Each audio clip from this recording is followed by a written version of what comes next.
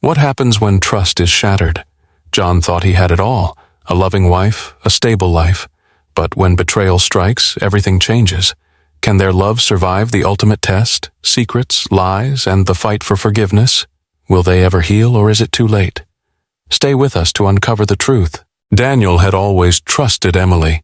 Their life together seemed perfect, almost like a scene from a romance movie, a modern-day love story. They met in college, married 2 years later, and built a life in a quiet suburban neighborhood in Portland, Oregon. The house, while small, was cozy, just enough for the two of them. They both worked hard, Emily at a high-end marketing firm, Daniel as a graphic designer at a tech startup. It wasn't glamorous, but it was enough, or so he thought. It had been a month since Emily started working late more frequently. At first, Daniel didn't think much of it. She was driven, ambitious. She loved her job, and he respected that. The late nights were often justified with meetings, deadlines, and the occasional client dinner that stretched longer than expected. But over time, something in her tone had changed. The excuses were more frequent, the explanations less convincing. "Sorry, babe, another late meeting," she'd say, her voice distant as she stepped out the door, her heels clicking on the floor.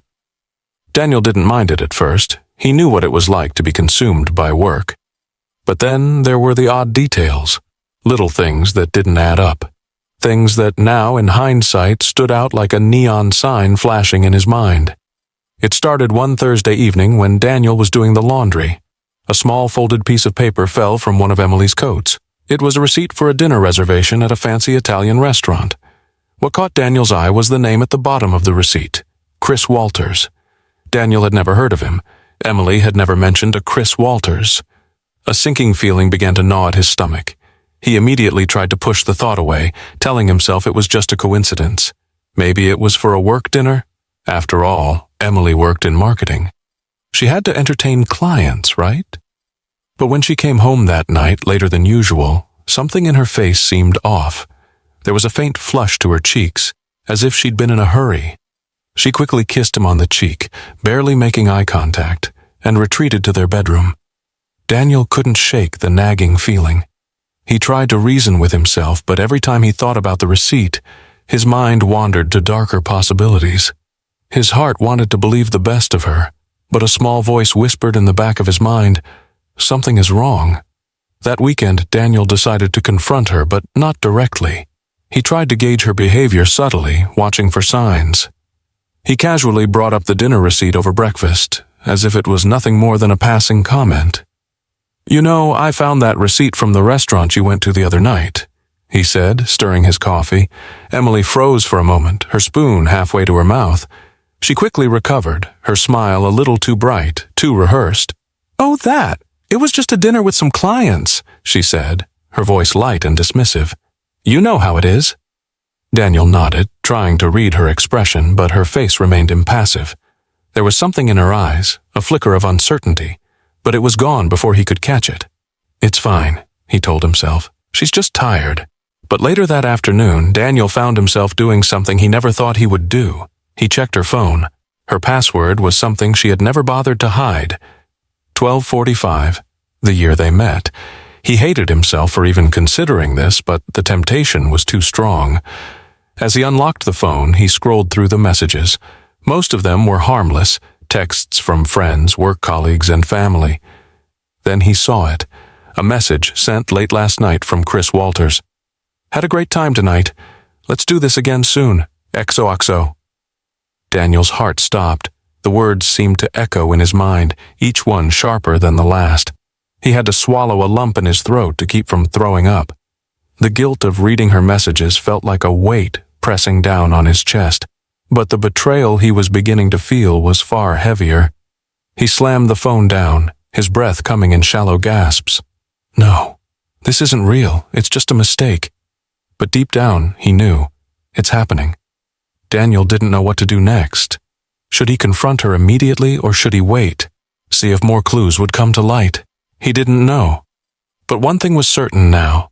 His world, the perfect life he had built with Emily, was beginning to crack at the edges. As he sat in the silence of their living room, the weight of the truth pressing on him, he made a silent vow to himself. He would find out the truth, no matter what it took. John had always prided himself on the quiet stability of his life.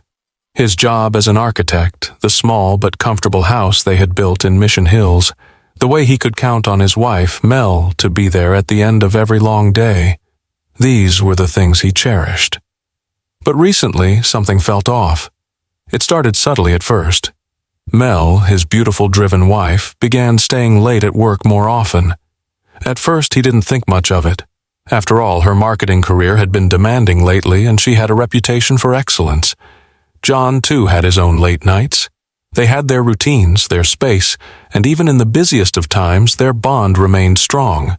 Or so he thought. One evening, after a long day of meetings, John returned home to an empty house. The kitchen lights were on, and the faint hum of the refrigerator filled the silence. Mel's car was gone, and a feeling of unease began to creep up his spine.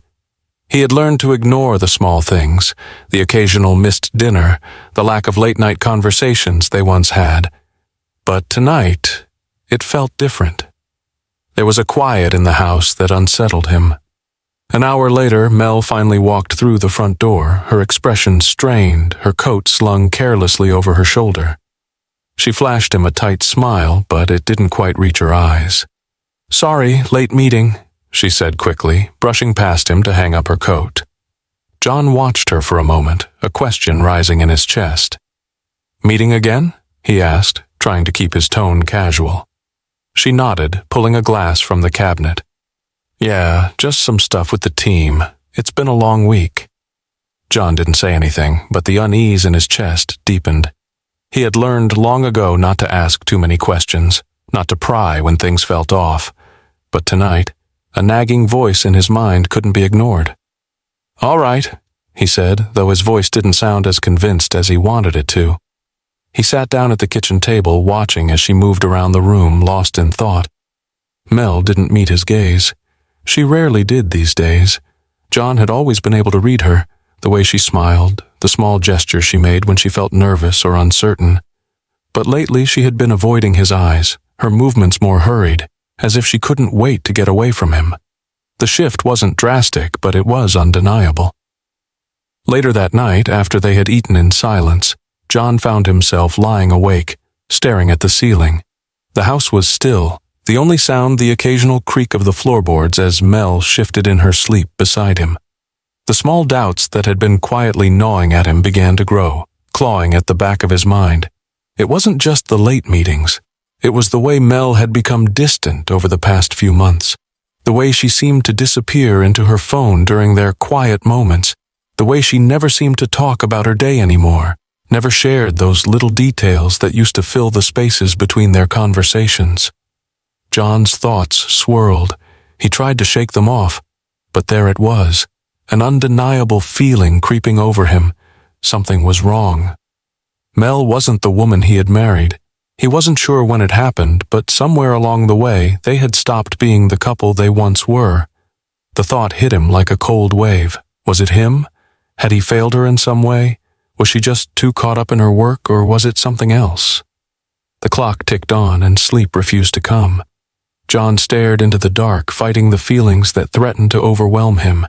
He wanted to believe the best in Mel, but something was off, and he couldn't ignore it any longer.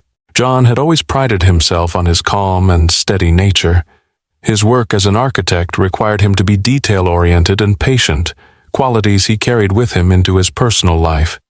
But lately, those same qualities seemed to betray him. The nagging feeling of something being off with Mel refused to leave him, and no matter how much he tried to convince himself otherwise, the unease only deepened. It wasn't just the late nights anymore. It was the way Mel had started to withdraw, not just physically, but emotionally. He noticed it when they were together, the way she would turn her attention to her phone, tapping away on it with a nervous energy, her gaze darting away whenever he tried to catch her eye. The little moments they used to share, a smile over a cup of coffee, a gentle touch as they passed each other, had all but disappeared. That night, after dinner, John sat on the couch, flipping through a magazine without actually reading it. He could feel Mel beside him, but there was a distance between them that hadn't been there before. The soft glow of the television lit up the room, but it only seemed to highlight how far apart they were. She was silent, too silent, and when she did speak, it was with a vague, detached tone. "I have to get up early tomorrow," Mel said, her voice muffled by the rustling of papers. "Big meeting at work." John nodded absently, the words not fully sinking in. He wanted to ask her more, to question her, but something inside told him that it wouldn't make a difference. She would just brush it off like she always did. And so, instead of pressing her, he let the silence fill the room between them, the weight of it growing heavier with each passing minute. The next day, John found himself staring at his phone more than he cared to admit, his finger hovering over the number in his contacts. It was a number he had never seen before, an unfamiliar name, one he hadn't recognized in any of their shared moments. He didn't know what to expect, didn't know what he was looking for, but the curiosity gnawed at him. Finally, he could stand it no longer. He picked up the phone and typed in the number, just one question. "Who is this?" He felt a sick sense of dread as the message was sent, but almost immediately a reply came through. It wasn't a name, not even a real answer, just someone from work. John's heart skipped a beat. Work. That was her excuse for everything now. It was always about work. Late nights, early mornings, endless meetings. It didn't add up. There was a truth beneath the surface that he wasn't ready to face, but it was there, hanging between them like an unspoken word. As the days passed, the oddities continued. Mel came home late again the following evening. John tried to act casual when she walked through the door, but his eyes couldn't help but scan her face, searching for any trace of guilt, any sign that she was hiding something. "Another meeting?" he asked, keeping his tone light, though it felt heavy in his chest. She hesitated for a fraction of a second, and that was enough. "Yes," she replied quickly. "Had to stay after hours with a client." The explanation was the same as always, but John didn't believe it. The small hesitation, that tiny moment when she seemed unsure of her answer, was all he needed to confirm his suspicions. That night, after Mel had gone to bed, John sat in the living room alone, the soft light from the lamp casting long shadows across the walls. His mind raced as the pieces began to fall into place. He thought about their relationship, how they used to share everything, from their dreams to their worries. Now it felt like he was living with a stranger. He opened his laptop, his hands trembling slightly as he searched for something that might explain it all. But every page he turned, every article he read, only seemed to make the distance between them grow wider. John wasn't sure what he was looking for, but he couldn't stop. He needed answers, even if they shattered him. The next day, while Mel was at work, John found himself standing in their living room, staring at her phone on the coffee table. He had never been one to snoop, but the temptation was too strong. His heart pounded in his chest as he picked it up, the weight of his decision heavy in his hands. He unlocked the phone and began scrolling through her messages. The further he scrolled, the more unsettled he became. There were the usual work-related messages, but then there were others. Messages from Aaron, the man from the meetings. The tone was familiar, even flirtatious. Words like "miss you" and "can't wait to see you again" stood out like bright, glaring lights. John's breath caught in his throat. He could feel his entire world tipping, and for a moment he wasn't sure whether to scream or collapse. The proof was right there, staring him in the face. His wife, the woman he trusted with his life, had been lying to him. John's heart hammered in his chest as he stared at Mel's phone, now resting in his hands like a ticking time bomb. Every message he had seen, every word that had flashed before his eyes, confirmed what his gut had been telling him for days. She had been lying to him. She was seeing someone else. He wanted to scream. He wanted to throw the phone across the room, demand answers, but instead, he sat there frozen in place. The weight of the truth seemed too much to bear. Aaron, the man from the texts. He couldn't be just a colleague, as Mel had always insisted. No, this was something more. It was clear now. But why hadn't she told him? John's hands shook as he turned the phone over in his lap. He scrolled through the messages again, lingering on the ones that seemed intimate, the ones that carried a weight he wasn't ready to acknowledge. "Can't wait to see you again. I miss you already. It's getting harder to hide. Each line twisted the knife deeper. His mind raced. How long had this been going on? Was it months? Years? There was one message buried in the middle of their conversation that caught his attention.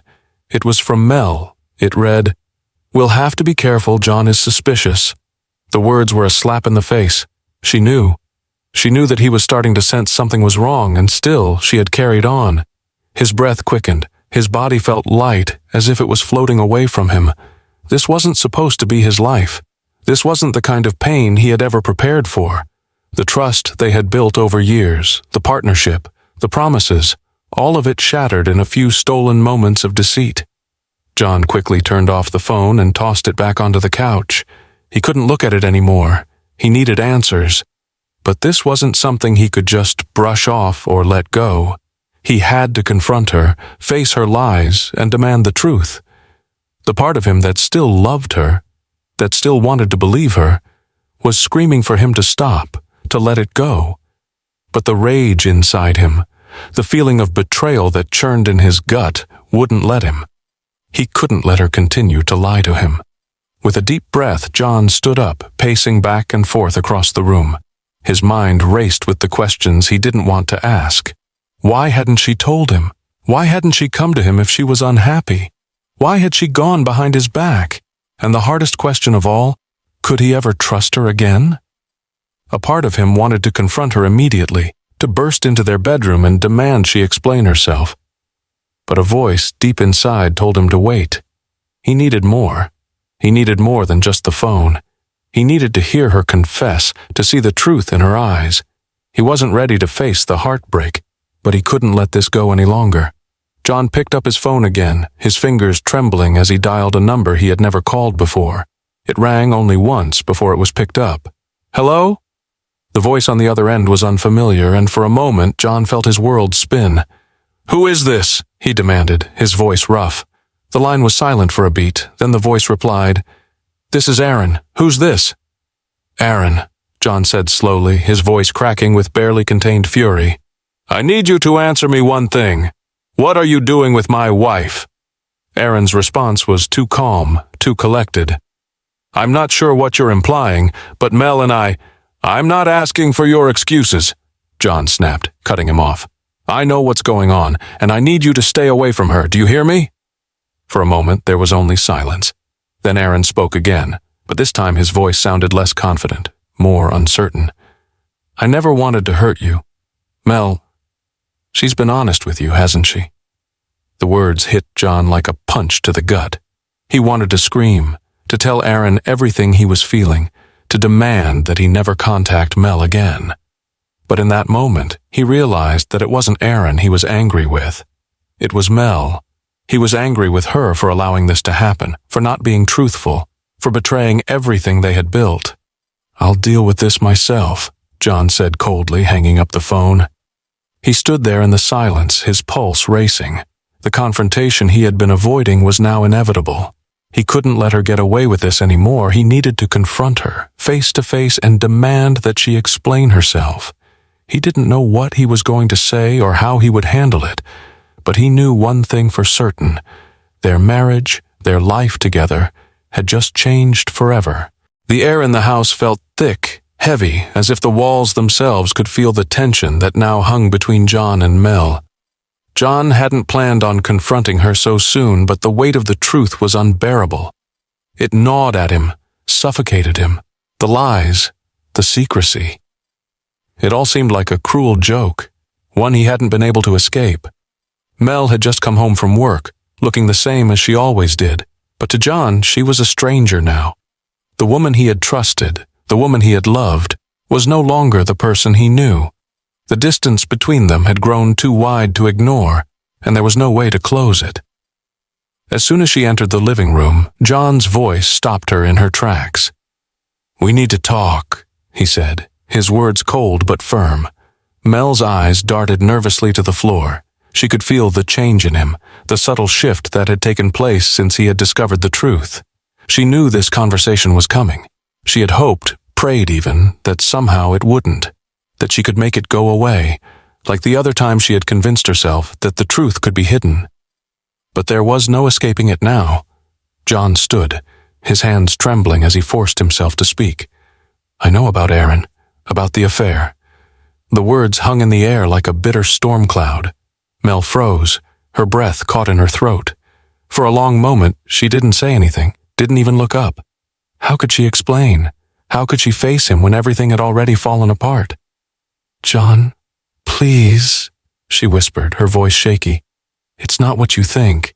It wasn't supposed to happen like this." "Then how was it supposed to happen?" John snapped, his frustration breaking free. "How was any of it supposed to happen? You lied to me. You betrayed me."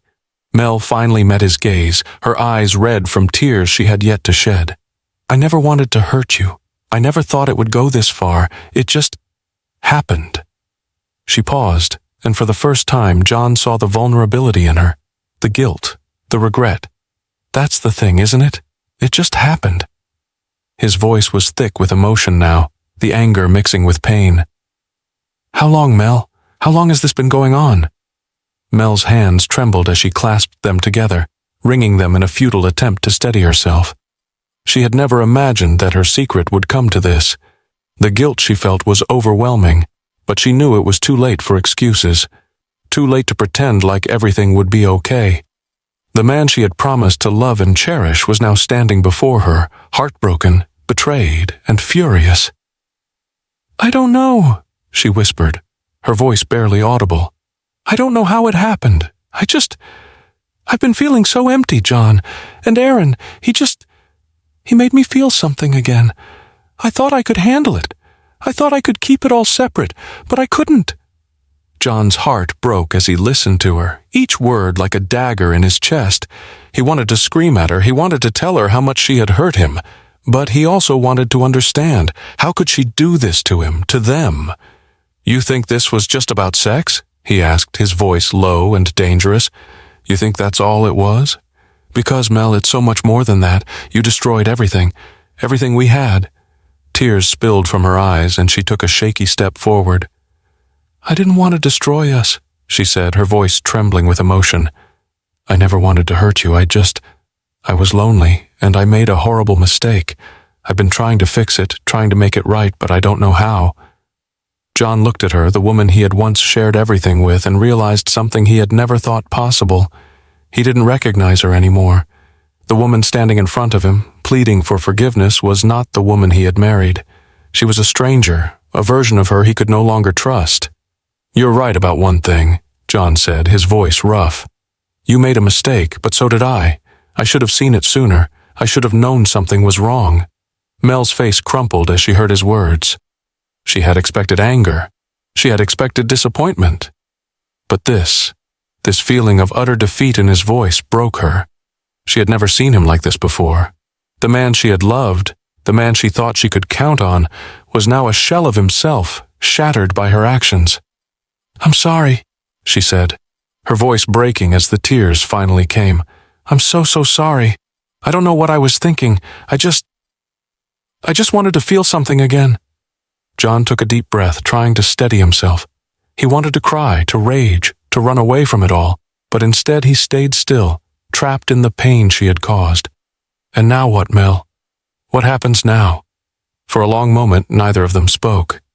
The silence between them was thick, like a chasm that had opened up in the middle of their marriage. "I don't know," she finally whispered. "I don't know if there's anything left to save." The silence in the room was suffocating.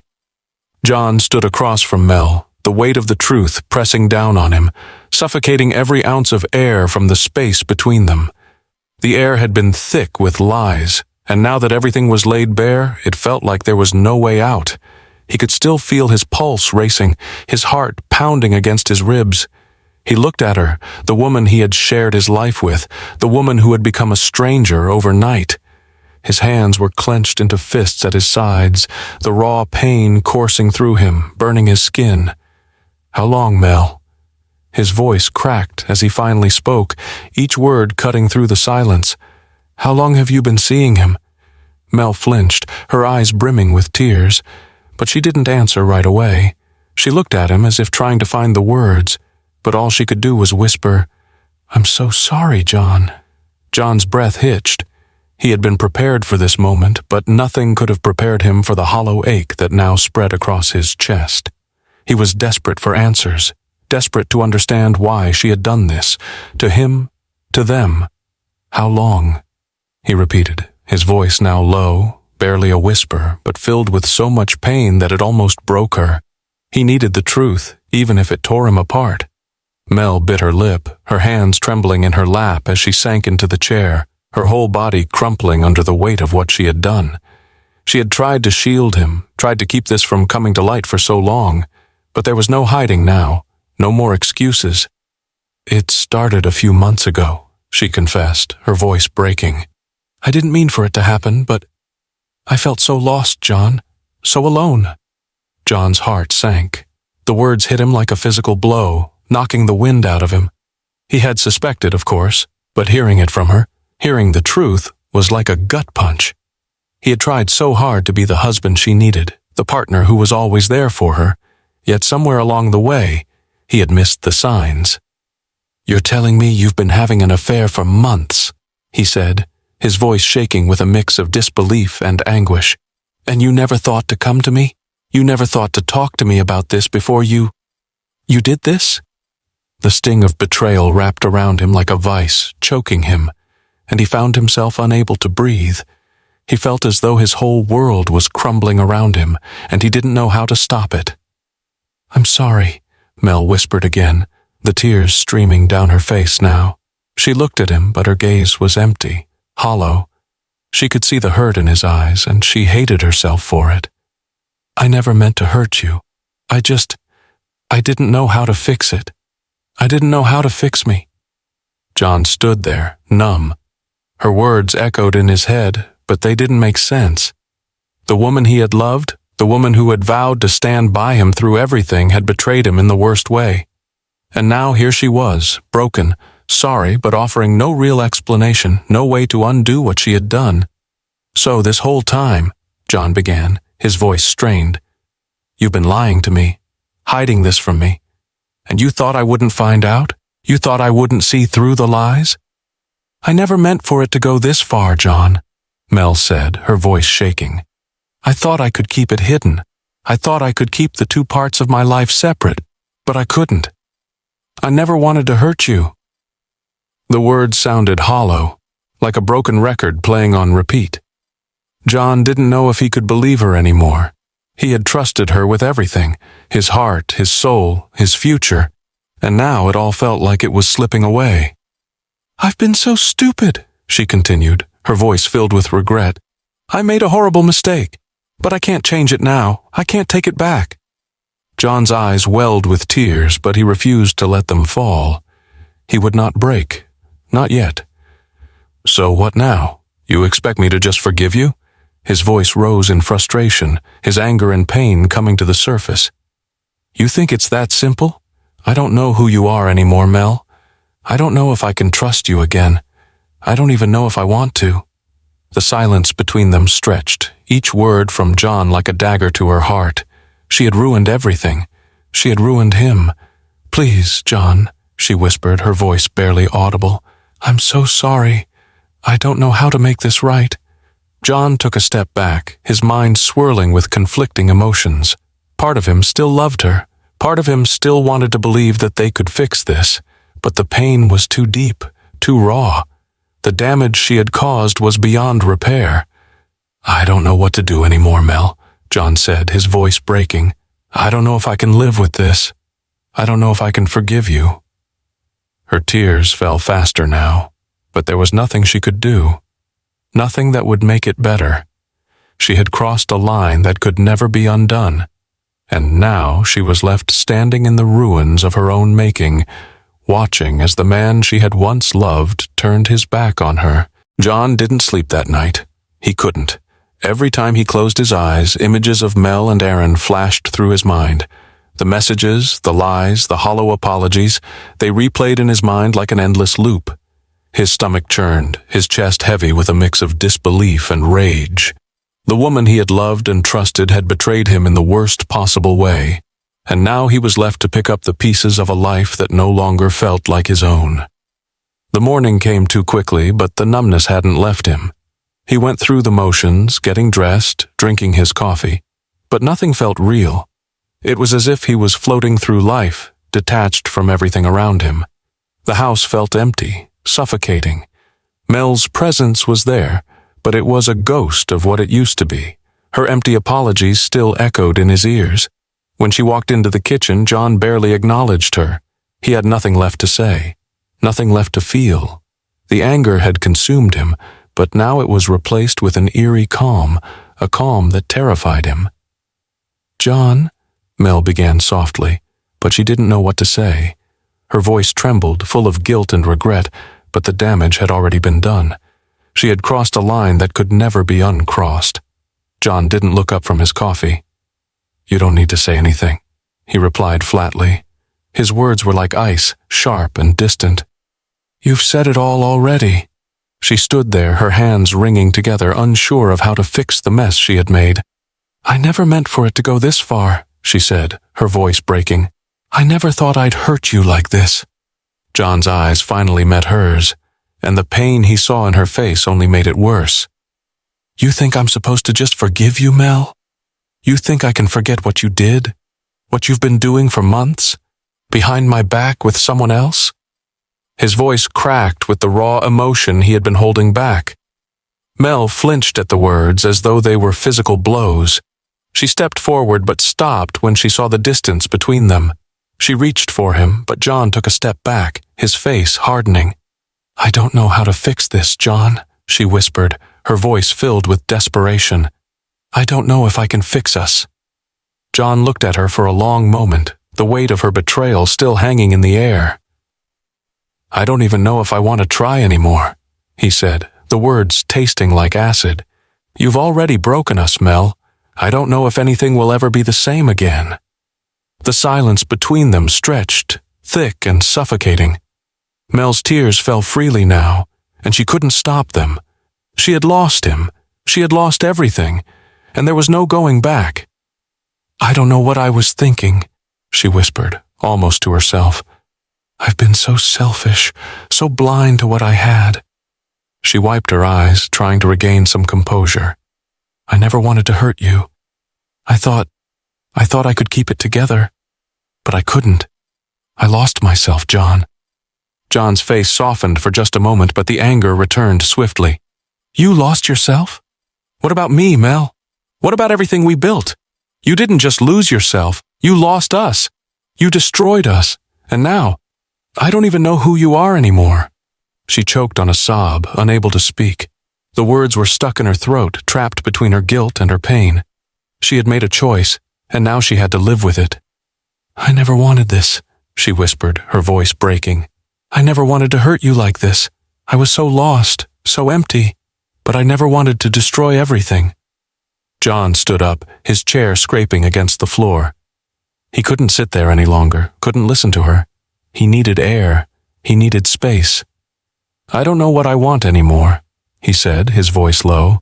"I don't know if I can ever look at you the same way again. The trust is gone, Mel. Everything is gone." Mel took a shaky breath, her hand still trembling. "Please, John, don't walk away from me. Don't let this be the end." But John didn't answer. Instead, he walked out of the kitchen, the door clicking shut behind him.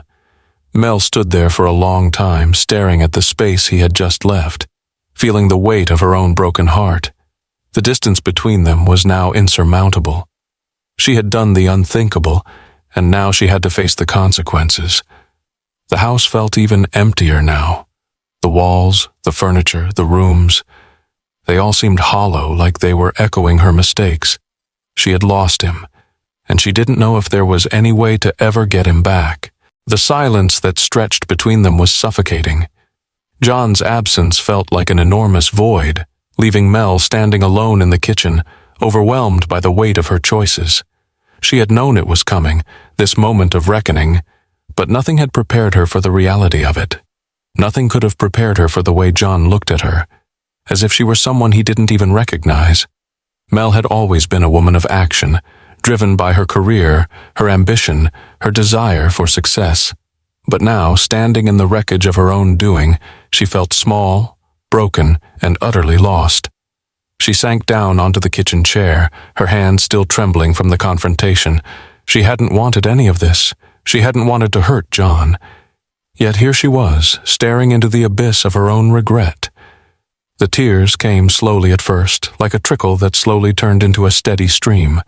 She didn't try to stop them. What was the point? Her whole world had been built on lies, on the illusion that she could have everything, a successful career, a loving husband, and the excitement of something new. But it had all come crashing down. Her mind flashed back to the first time she'd met Aaron. He had been charming, confident, and for the first time in a long while he made her feel something. He made her feel seen. John had always been there for her, steady and reliable. But somewhere along the way, she had felt invisible. She had longed for the spark, for the excitement, and Aaron had provided that. But at what cost? She hadn't meant for it to go this far.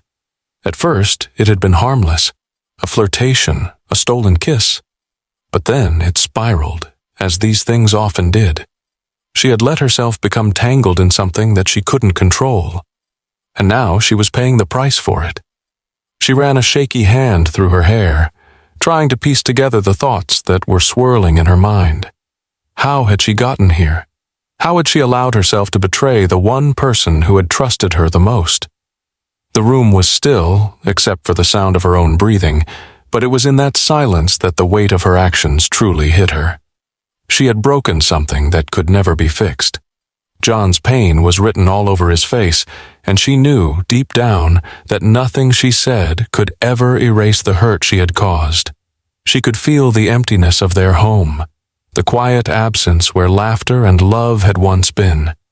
She had been so focused on what she wanted, so blind to the man who had stood beside her for so long. He had been there through everything, the highs, the lows, the moments when she needed him the most, and now she had destroyed him.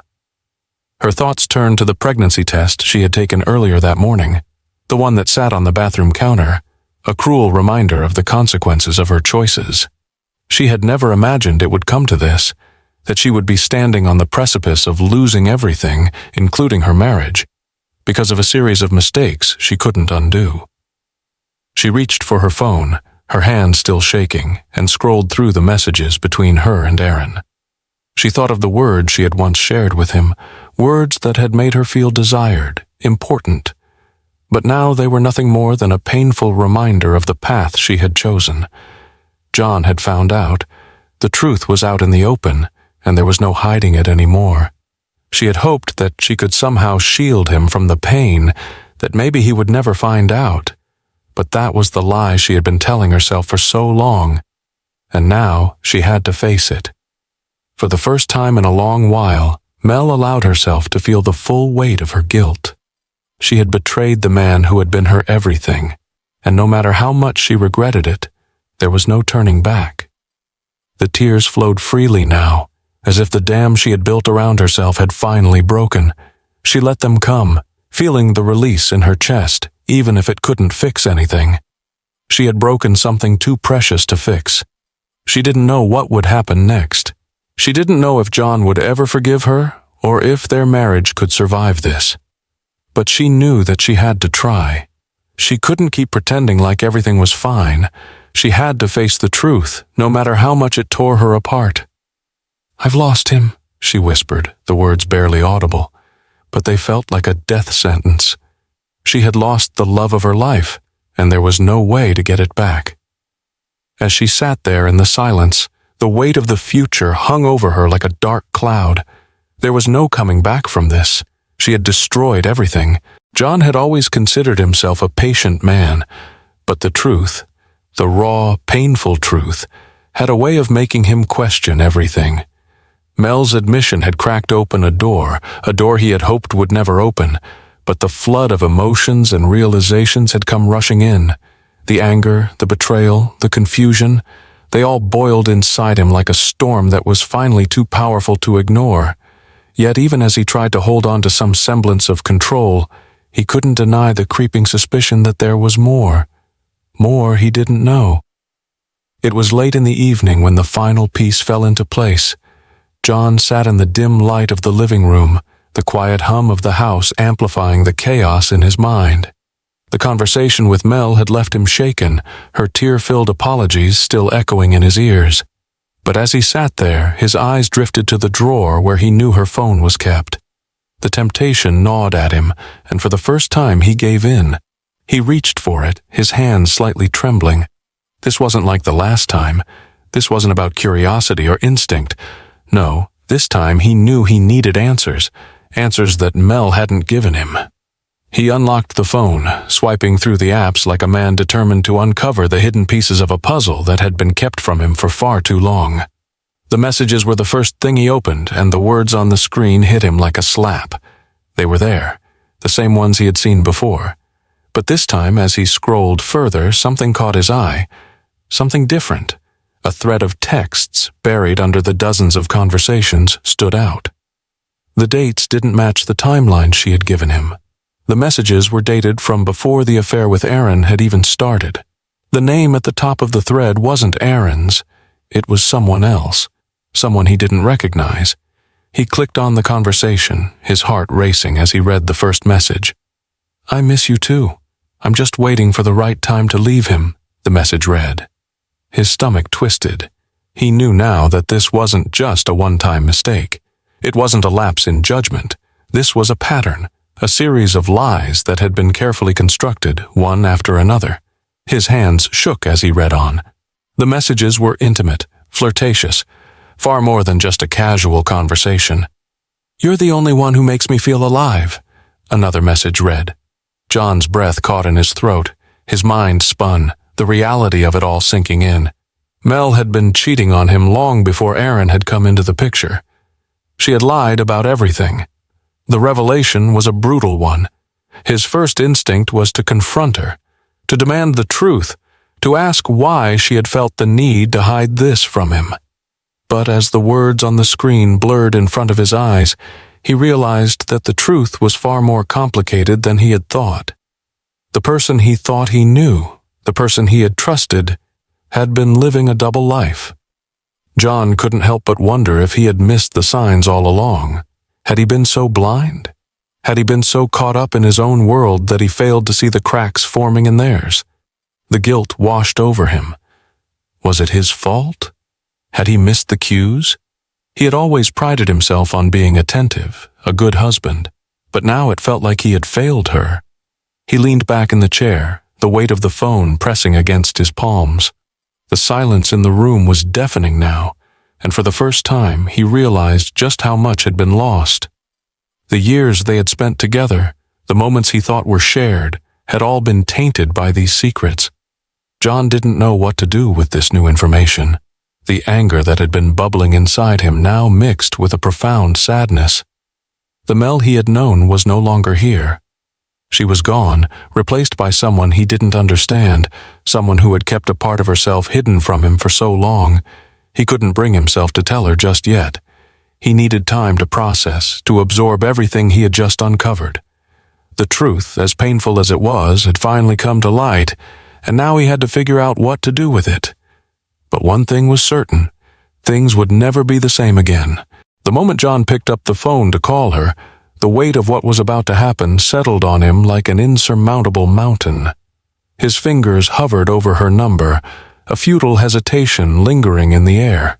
He had known for days now that this was inevitable, but knowing it didn't make the decision any easier.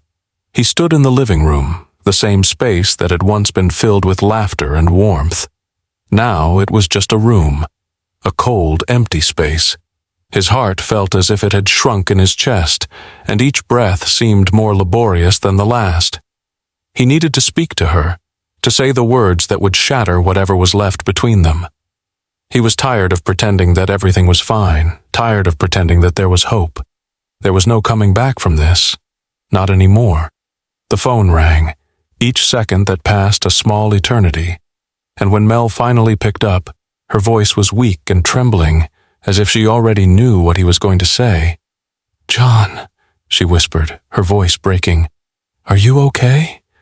He could hear the tremor in her voice, the desperation that had taken root in her, but he didn't know how to answer that. How could he be okay after everything that had happened? How could he possibly find peace when the woman he had loved had torn their life apart? "No," he said simply, his voice flat, void of emotion. "I'm not okay, and I don't think I ever will be." There was a long silence on the other end of the line. He could hear her breathing, steady but unsteady at the same time, as if she were preparing herself for something she had always feared. "I know," she said quietly, her voice filled with regret. "I know you're not, John. I've ruined everything. I've broken everything. I don't know how to fix it." John closed his eyes, taking a deep breath, the sting of her words like salt in a wound. "You're right," he said, his voice barely a whisper now. "You've broken it, and I don't know how to fix it either." He exhaled slowly, the weight of his decision pressing down on him. The reality of it all hit him like a wave. This was the end. There was no going back. The lies, the betrayal, the years they had spent together, all of it had been tainted beyond repair. He had tried to be the man she needed, but in the end he couldn't save them. Not this time.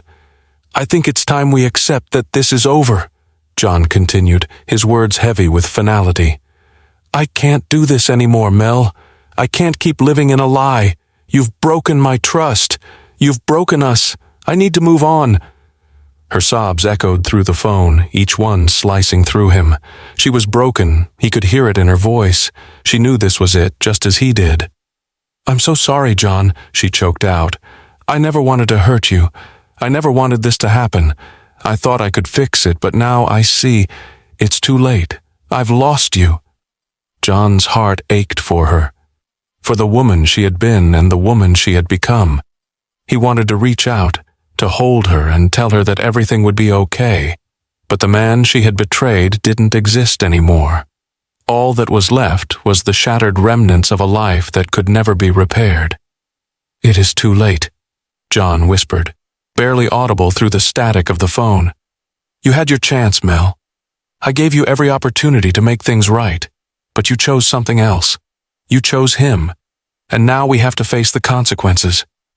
Mel's sobs deepened, and for a moment John wanted to tell her that he understood, that he could forgive her. But as much as he still loved her, the anger and the hurt burned too fiercely for him to ignore. "I don't know how to move on from this," she said, her voice raw with emotion. "I don't know how to fix what I've done." "You can't fix it," John replied, his voice firm. "You can't fix what's been broken, not this time. I can't keep holding on to something that isn't there anymore. I can't keep pretending that things are going to be okay. They're not, and I need to let go." There was another long silence, and John could hear the sound of her breathing on the other end of the line, steady but distant. "I understand," Mel finally said, her voice so small now. "I don't know what else to say. I don't know how to make it right." John let out a sigh, his hand gripping the phone tightly, almost as if holding on to the last thread of the life they had shared. "I know you don't," he said softly, "and I don't know how to make it right either. But we have to let go. We have to walk away." And with those words, the weight of their shared history slipped away, leaving them both standing on the edge of a life they could no longer share. The days that followed the breakup were a blur for John. The once familiar routine of his life had crumbled, replaced by an overwhelming void that swallowed everything in its path. He had thought that after the confrontation, after the truth came out, he would feel relief. But instead it felt as though he was drowning in his own emotions, the weight of them pressing down on him from every direction. He kept replaying the words in his mind. Mel's desperate apologies, her broken voice, the finality of the conversation that had ended their marriage. And yet, even after everything, a small part of him still wanted to hold on, to somehow believe that there could be a way back, that somehow they could rebuild. But he knew deep down that it was impossible. What had been broken was beyond repair. The house felt eerily silent now, devoid of the warmth and laughter that had once filled its walls. John found himself going through the motions of everyday life, but nothing felt real. His job seemed insignificant. He couldn't focus, couldn't find any purpose in the activities he used to enjoy. Even eating felt like an effort. His friends tried to reach out to him to offer their support, but he kept them at arm's length. How could they understand? How could anyone understand the pain he was feeling? The betrayal wasn't just from Mel, it was from himself, too. How had he missed all the signs? How had he failed to see that she was slipping away? John's gaze drifted to the photo on the mantel, a picture of him and Mel on their honeymoon, smiles frozen in time, their love innocent and untainted. He stared at it for a long moment, the tears threatening to rise once again, but he pushed them down. Crying would not fix anything, it wouldn't bring her back, and it certainly wouldn't undo the hurt that had been done. There were moments when he wanted to pick up the phone, to call her and demand an explanation, to ask why. But the words never came. What was there left to say? The silence between them had become suffocating. The more he thought about it, the more he realized that even if she did explain herself, it wouldn't change anything. The trust was gone. The foundation of their marriage had been shattered, and no amount of explanation could repair it. Days turned into weeks, and John found himself lost in a sea of memories. He would see something, a small gesture, a place they had visited together, and the floodgates would open. The pain hit him in waves, unpredictable and relentless. The heartache wasn't just the loss of his wife, it was the loss of everything they had built together. The promises, the dreams, they were all gone. Mel's absence was a constant ache, but in a way, it also brought him a strange sense of peace. The constant uncertainty of her betrayal, the waiting for her to come home and pretend everything was okay, it had all been a lie. The truth had finally broken through, and now, for the first time in a long while, he could breathe. But that peace came at a heavy cost. John found himself spending more time alone, sitting in silence, reflecting on what had happened.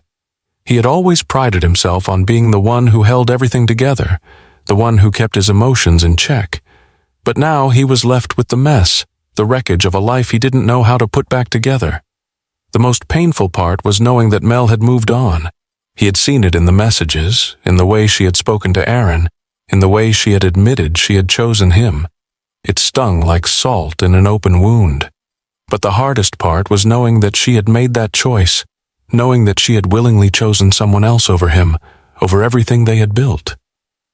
As the weeks passed, John began to recognize something else, the beginnings of healing. It wasn't quick and it wasn't easy, but he started to take small steps toward rebuilding his life. It wasn't about forgetting Mel, it wasn't about erasing the pain. It was about learning to live with it, to understand that life would never be the same, but it could still have meaning. He started to find solace in small things again, the quiet mornings when the sun hit the kitchen just right, the rare moments when he could lose himself in his work, even the first night he managed to sleep through without the constant nagging thoughts of what had gone wrong. He wasn't whole yet, and he knew that it would take time to heal. But for the first time in a long while, he began to believe that there was a future beyond the pain. The house still felt empty, but slowly he was learning how to fill it with something else, something that wasn't defined by the shattered remnants of his marriage. It had been weeks since their last conversation, and the silence between John and Mel had stretched long enough to suffocate any remaining hope. John had spent that time trying to pick up the pieces of his life, trying to move forward, but the past was never far behind. He could feel Mel's absence in the house, the space where she used to be, and yet despite the anger, the betrayal, there was something inside him that couldn't let go. When the phone rang one evening, John hesitated before answering. The familiar ring of Mel's number seemed out of place now, a reminder of the life they once had. His hand hovered over the phone for a moment longer, and then he answered it, his voice cool, distant. "Hello? John, it's me." Mel's voice came through the line, shaky but steady with determination.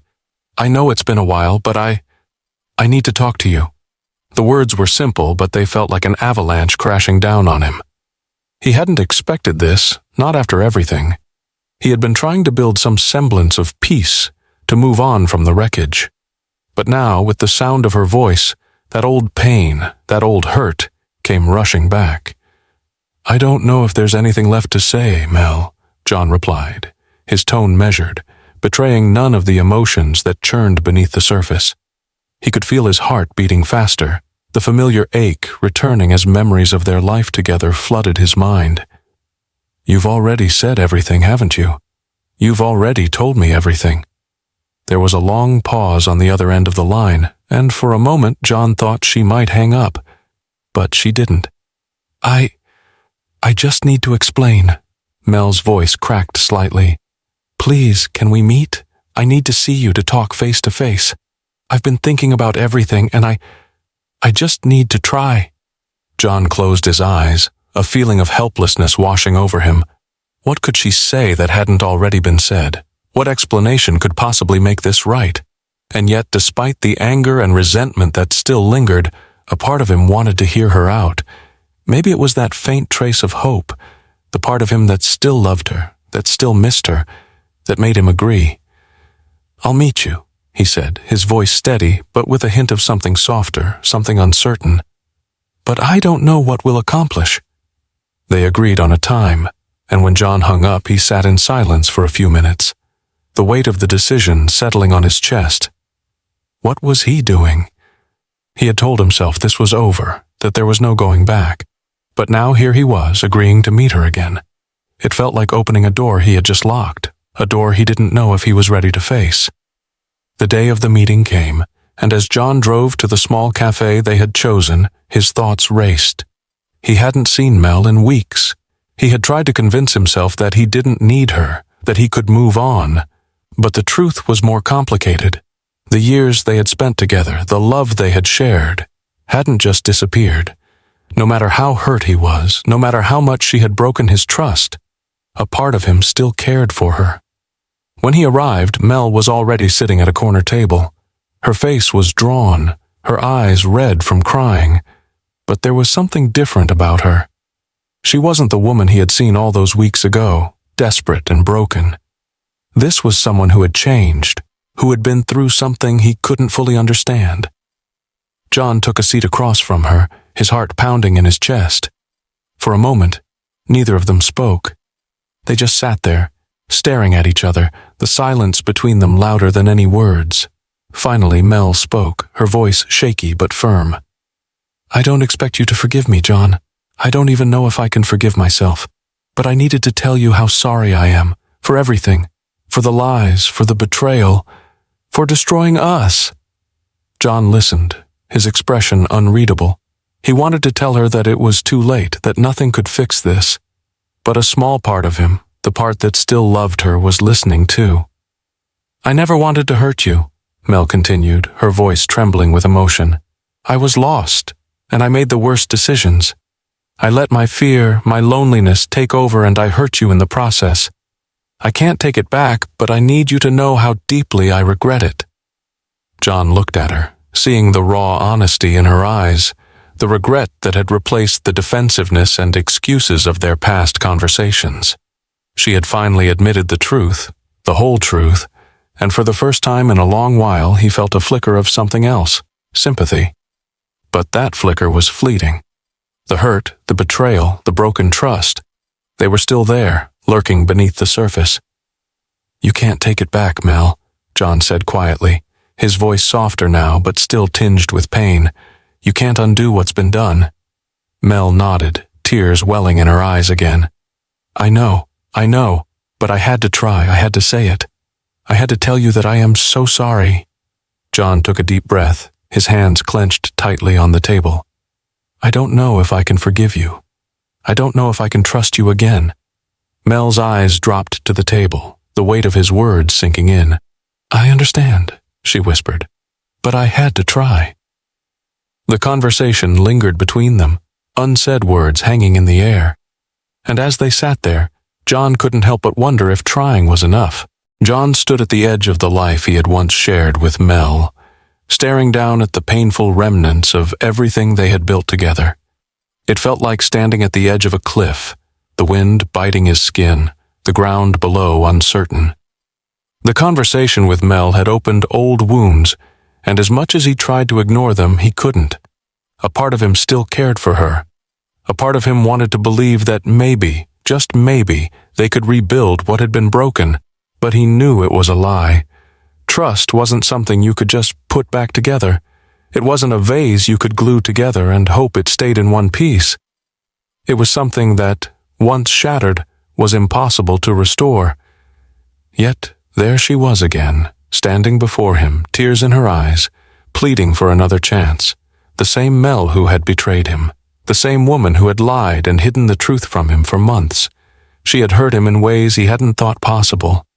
And yet here she was, asking for a chance to make it right. "I know you don't trust me." Mel's voice was shaky and she wiped at her eyes. "But I need you to know I'm not the same person. I can't undo what I did, but I want to prove to you that I can be someone who deserves you." John looked at her, his chest tight with emotions he couldn't name. He wanted to scream at her. He wanted to tell her that it was over, that there was no going back. But the truth was, part of him still wanted to believe in the woman he had fallen in love with, the woman who had once been everything to him. "I don't know if I can believe that," he said, his voice low, rough with the pain that still clung to him. "How do I know you're not just telling me what I want to hear? How do I know this isn't just another lie?" Mel's shoulders slumped and she took a step closer, her voice barely above a whisper. "I can't prove to you in words, John, but I can prove it in actions. I've been to therapy. I've been working on myself. I know what I did was unforgivable. But I don't want to lose you. I don't want to lose what we had." John's heart ached, torn between the love he still had for her and the anger that surged whenever he remembered what she had done. How could he trust her again? How could he look at her the same way after everything she had put him through? "You want to fix this," John said, taking a step back. "But the truth is, Mel, I don't even know who you are anymore. The woman I thought I knew is gone. You've changed. And I don't know if I can get past that. I don't know if I can get past the fact that you were willing to throw everything away for someone else." Mel's eyes welled up again, but this time there was no deflection, no excuse. She was raw, vulnerable. "I know. And I'm not asking for forgiveness. I'm asking for the chance to show you that I can be better, that I can be the person you deserve, if you're willing to give me that chance." John closed his eyes for a moment, letting the silence settle between them. He had spent weeks trying to untangle the mess in his heart, and he still wasn't sure if he could ever fully untie the knots. But he had to decide. He had to make a choice, stay and try to rebuild, or leave and never look back. "I don't know what to say to that," John admitted, his voice cracking slightly. "I'm not the same person either, Mel. You've changed me. You've broken something inside me that I'm not sure I can fix. And that's the hardest part of all of this." Mel stepped forward, her hands shaking as she reached out, her voice full of desperation. "I don't expect you to fix everything overnight. I just want a chance to make it right. I'll do whatever it takes. Please, just don't let this be the end of us." John looked at her, the woman who had once been his everything, now standing in front of him, pleading for a second chance. He could see the regret in her eyes, the pain she felt for what she had done. But could he believe her? Could he ever trust her again? Was it worth the risk? A part of him wanted to walk away, to leave this behind and never look back, to protect himself from the inevitable pain that would come with trying to rebuild what had been broken. But there was another part of him, the part that still loved her, the part that wanted to believe that people could change, that love could survive even the deepest wounds. "I don't know if I'm ready," John finally said, his voice thick with emotion. "But I need time, Mel. I need time to figure this out. I need time to figure out if we can really rebuild from this." Mel nodded, her eyes filled with both relief and sadness. "I'll give you all the time you need, John. I just want a chance." John took a deep breath, his mind swirling with questions, doubts, and emotions that were too heavy to sort through in a single moment. But one thing was clear. Their relationship, their love, was going to be tested in ways they hadn't anticipated. And whether they could survive it, only time would tell. The days that followed their conversation had been quiet, almost too quiet. The time that John had asked for to process everything was becoming an exercise in self-reflection, a battle between his love for Mel and the deep scars that her betrayal had left behind. The road to forgiveness, he now understood, was neither straight nor clear. It was a path filled with potholes, sharp turns, and moments when he felt like he might turn back. Yet it was the only path left for him if he wanted to heal, if he wanted to rebuild something, anything with her.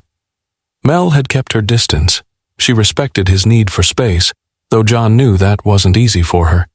It was a silent, painful surrender, one that both of them knew couldn't last forever. It had been weeks since their last meeting, but now something had changed. John could feel it in the pit of his stomach. There was a tentative hope blossoming between them, fragile and tentative, but it was there. He found himself thinking about the times when things had been good between them. He thought about their first dates, the way she used to look at him with admiration and affection. Those memories felt like they belonged to someone else now, like a lifetime ago. But as he sat in his quiet apartment, the weight of everything pressing down on him, he knew one thing for certain. He couldn't move forward without first confronting the past. It was early one morning when John reached out to Mel. He didn't know why that moment felt right, but it did. Perhaps it was because he had finally reached a place where he could see her, not as the woman who had betrayed him, but as the woman who had once loved him deeply, the woman he had loved in return. And maybe, just maybe, they could both learn to love each other again. He dialed her number, his hand trembling ever so slightly. He had no idea what he was going to say, no idea where the conversation would go, but he knew that he needed to try, for himself, for her, for the life they had shared. When Mel answered, there was hesitation in her voice. "John?" "Hi, Mel," he said, his voice steady, though his heart was racing. "I've been thinking a lot about us, and I know it's been a long time, but I think we need to talk, really talk, not about the past, but about where we go from here." For a moment, there was nothing but silence. He could hear her breathing on the other end of the line, and he wondered if she had been waiting for this, waiting for him to reach out, to break the silence they had been living in. "I don't know what to say, John," she finally responded, her voice raw, full of emotion. "I've hurt you, I know that, and I don't deserve you. But I need you to know how much I regret everything, and I'm willing to do whatever it takes to prove to you that I can be the person you deserve, if you'll let me." John closed his eyes, taking a slow, steadying breath. He had spent so much time being angry, so much time replaying the hurt in his mind. But this moment was different. It was real. She was real. He could hear the truth in her voice, feel the sincerity in her words. "I'm not asking for forgiveness right away," Mel continued. "I know that's not something you can just give. I want to try. I want us to try, if you're willing." He wanted to say that it wasn't possible, that they couldn't come back from this, that too much had happened. He wanted to hold on to his anger, to his pain, but as the silence hung between them, he realized that the decision wasn't just about her. It was about him too. Could he move on from the hurt? Could he open himself up to the possibility of healing? "I don't know if I can forgive you, Mel," John admitted, his voice breaking for the first time. "But I can't keep holding on to this anger either. I can't keep carrying this weight. I need to let go of it." Mel's breath caught on the other end of the line. "John, I can't promise it will be easy. I can't promise everything will be okay overnight. But I promise you, I will do everything I can to make it right. I love you. I always have." John let her words sink in, feeling the heaviness lift just a little. It wasn't forgiveness, not yet. But it was the first step toward it. And that, he realized, was enough for now. They had a long road ahead, but the journey had to start somewhere. "I don't know what this means for us," he said quietly. "But I'm willing to try too." There was a long pause, and then Mel's voice cracked with relief. "Thank you, John. Thank you." They didn't know what would happen next. They didn't know where this fragile attempt at reconciliation would lead them. But for the first time in a long while, both of them felt a glimmer of hope. They had both been broken, but perhaps, just perhaps, they could learn to heal together. The air was thick with the weight of unspoken words as Daniel and Emily sat across from each other, a quiet tension hanging between them. It had been a few weeks since they had decided to try again, since they had made the difficult choice to rebuild what was broken. The road had not been easy, but somehow they had made it this far. But today felt different. Today felt final.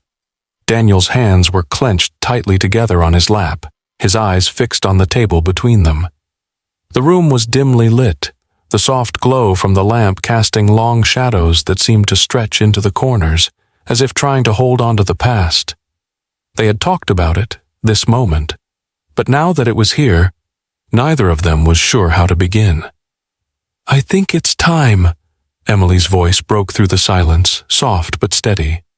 "Time to face what happened. Time to let go." Her words were simple, but they carried so much weight. Time to let go. Time to close the door on the past. Daniel felt the words sink in like a stone in his chest. Let go. He had spent so much of his life holding on to the memories, holding on to the anger, holding on to the things that had kept him tethered to the pain.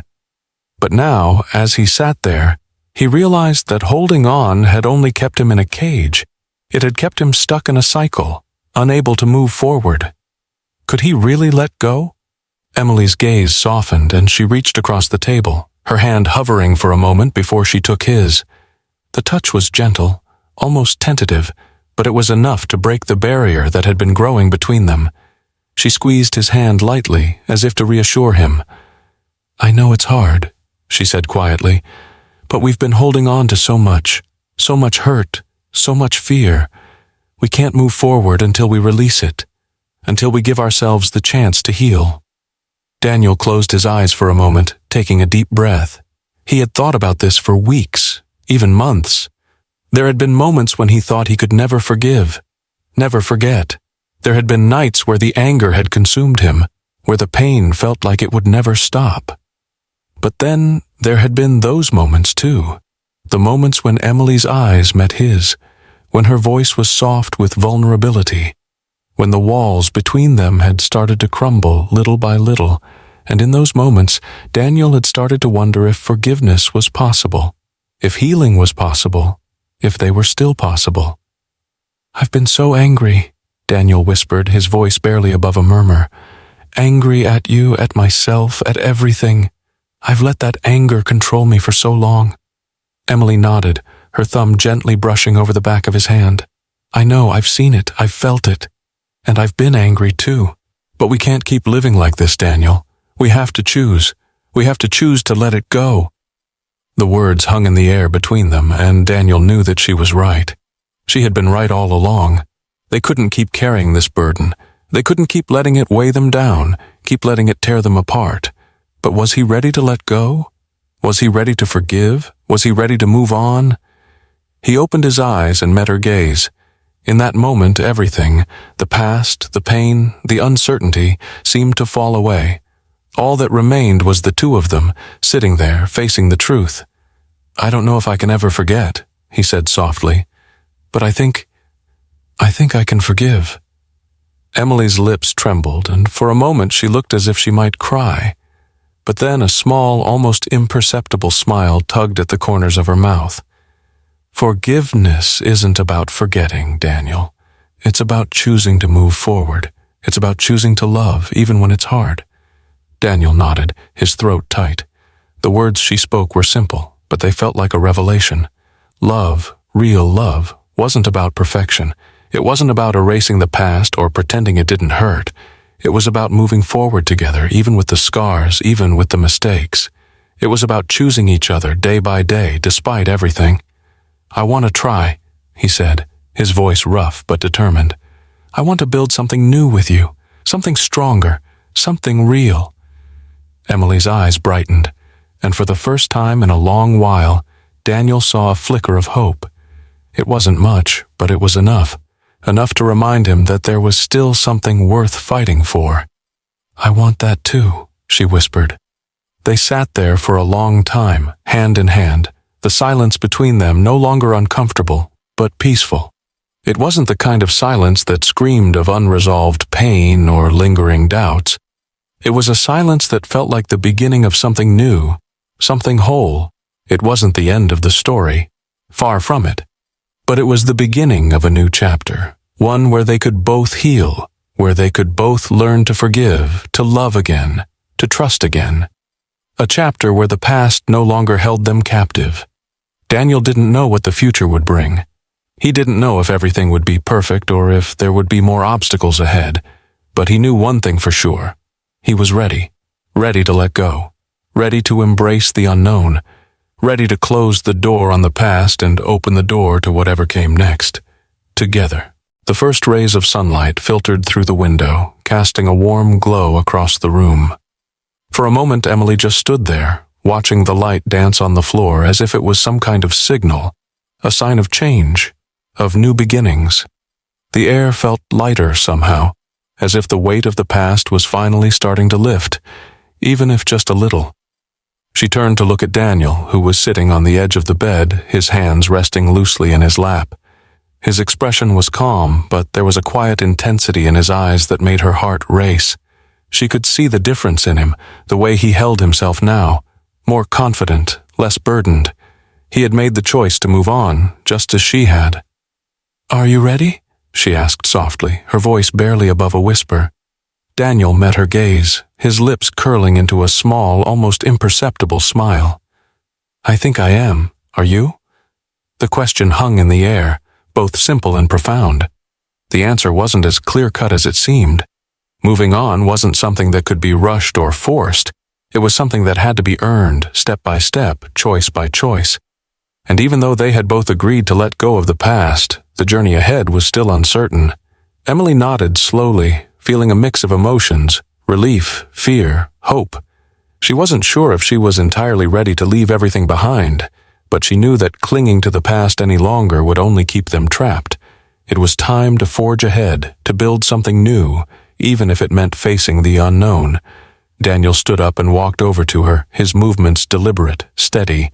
Without a word, he took her hand in his, and together they stepped out of the room, leaving behind the remnants of the past. There was no turning back now. They had already made their decision. The world outside felt different. The streets, the houses, the faces, everything seemed unchanged, yet in some strange way everything felt new. It was as if the entire world had reset itself, just like their lives had. They were no longer bound by the weight of old mistakes, old fears. They were free to move forward. "Where do we go from here?" Emily asked, her voice barely more than a murmur as they walked side by side. Daniel's fingers tightened around hers, and he squeezed her hand reassuringly. "Wherever we want to go." She smiled, the tension in her chest easing just a little. The uncertainty of the future was still there, lingering at the edges of her thoughts, but it no longer felt so overwhelming. For the first time in a long while, she felt like they were both in control of their own story. It wasn't perfect, but it was theirs. They didn't have all the answers. They didn't know exactly what lay ahead, but for the first time in a long time, that uncertainty didn't feel like a burden. It felt like a possibility, a chance to redefine everything. The days that followed were a blur, a whirlwind of small steps and big changes. They spent hours talking, really talking. No walls, no masks, no pretending. Daniel had apologized for his mistakes, and Emily had forgiven him, not just with words, but with actions. It wasn't easy, and there were moments when old wounds threatened to resurface, but they had both learned that healing wasn't linear. It wasn't something that happened overnight. It was something you had to keep choosing, day after day. Emily began to let go of the bitterness that had once clung to her heart. She didn't forget what had happened, but she stopped letting it define her. She stopped letting it define them. And little by little, she began to see the man standing before her. Not the one who had hurt her, but the one who was trying to be better, trying to make things right. Daniel, in turn, let go of his own insecurities, the doubts that had held him back for so long. He started trusting again, trusting her, trusting himself, trusting the future. It wasn't easy, but he was learning, growing, and with every passing day their connection deepened. It wasn't about erasing the past, it was about learning from it. One evening, as they sat together in their small living room, the glow of a fireplace casting flickering shadows on the walls, Emily looked over at Daniel and smiled. The smile was small but real, filled with something she hadn't felt in a long time. Peace. "I think we're doing okay," she said quietly, almost as if testing the words out. Daniel turned to her, his eyes softening as he met her gaze. Yeah, I think we are. There was no grand gesture, no big declaration, just two people sitting together, knowing that they had come a long way, and that the road ahead, though uncertain, was theirs to walk, together. The future was no longer something to fear. It was something to look forward to. And so they did. They moved forward one step at a time, side by side. The past would always be a part of them, its lessons, its scars, but it no longer had the power to hold them back. They had chosen to move on, not just from their mistakes, but from the fear that had kept them from living fully, from loving fully. They had chosen each other, and that choice was enough.